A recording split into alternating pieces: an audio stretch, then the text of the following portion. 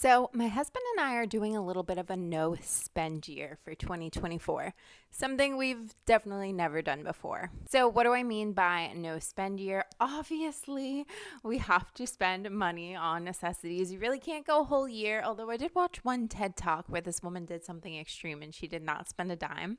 But we're not doing that exactly. There was another video I saw talking about this. I've seen quite a few. And there's a technique of doing it, and it's going to be a little bit different for everyone.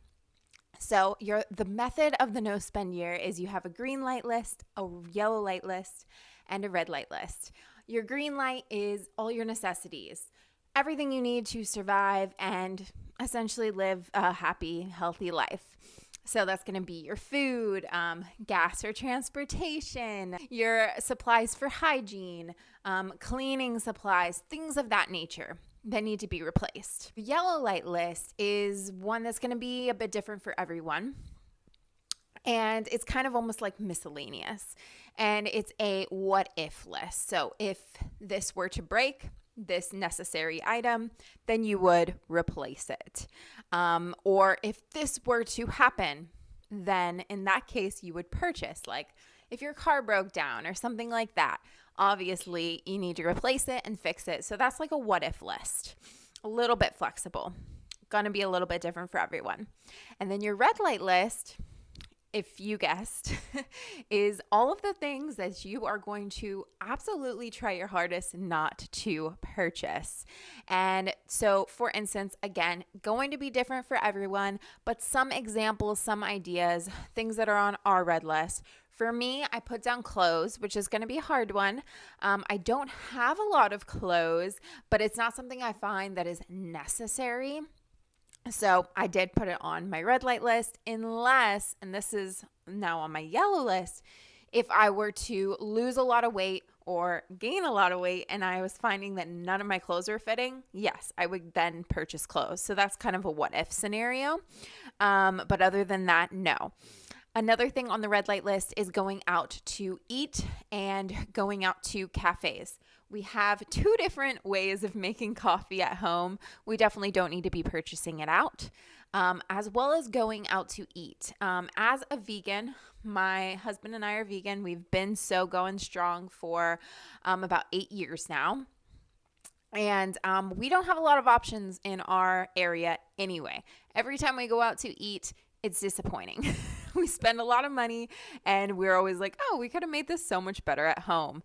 And so it just ends up being a waste of money. And we don't go out to eat much anyway, but we're cutting it out this year to the best of our ability. So that's something that's on our red light list. Another one is kitchen appliances. We have so many, and that is something that we're really bad about because we do all of our cooking at home. So we're always like, oh, well, if we purchase this, then that's saving us money because we don't need to then go out and purchase it.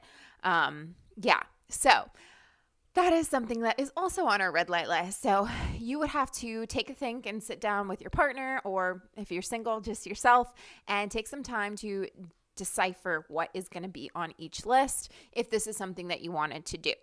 So we are really hoping moving forward that it will definitely help us save a little bit of money. We're always in a position where we're like, barely making it by when it comes to money, being completely transparent about that. But what we have noticed is that even though we don't spend very much money on things other than necessities, there are definitely some things we can cut back on. For instance, my husband works at the Target Starbucks, and he always purchases about 5 days a week a black Americano for his 15-minute break.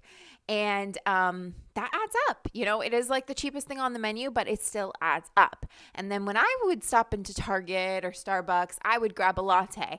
I'm a latte person. I don't get the black coffees, and those definitely cost a lot more. So we noticed, we didn't add it up exactly, but we calculated that probably collectively we spent about $1,000 over the course of the whole year on getting coffee out of the house when we could have easily made it at home. So, that's $1,000. It's not a lot, but it's definitely something that could have gone towards savings or rent or literally anything. So that's just one example. And yeah, you may be surprised at how just little expenses that you have definitely can add up, and how cutting them out can definitely help.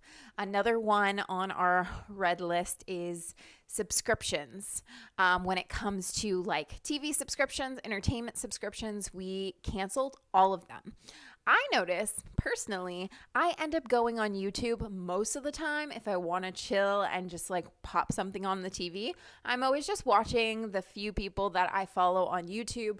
I'm just always watching YouTube, and that's free.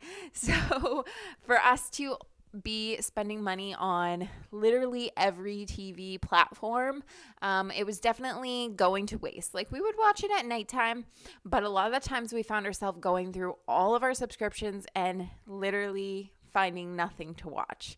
So that definitely can save us over $20 a month. Collectively. So again, that adds up for the whole year. So we are looking forward to seeing how this benefits our life. I'm sure it's going to be challenging. I'm sure we won't stick to it 100% of the time, but no matter what, I think it'll make us a lot more aware of our spending, and yeah, hopefully allow us to save some money and put that towards our future goals and dreams. So come along with me on this journey. I will be updating you quarterly, hopefully, on how it's all going. And yeah, if I come to any realizations along the way.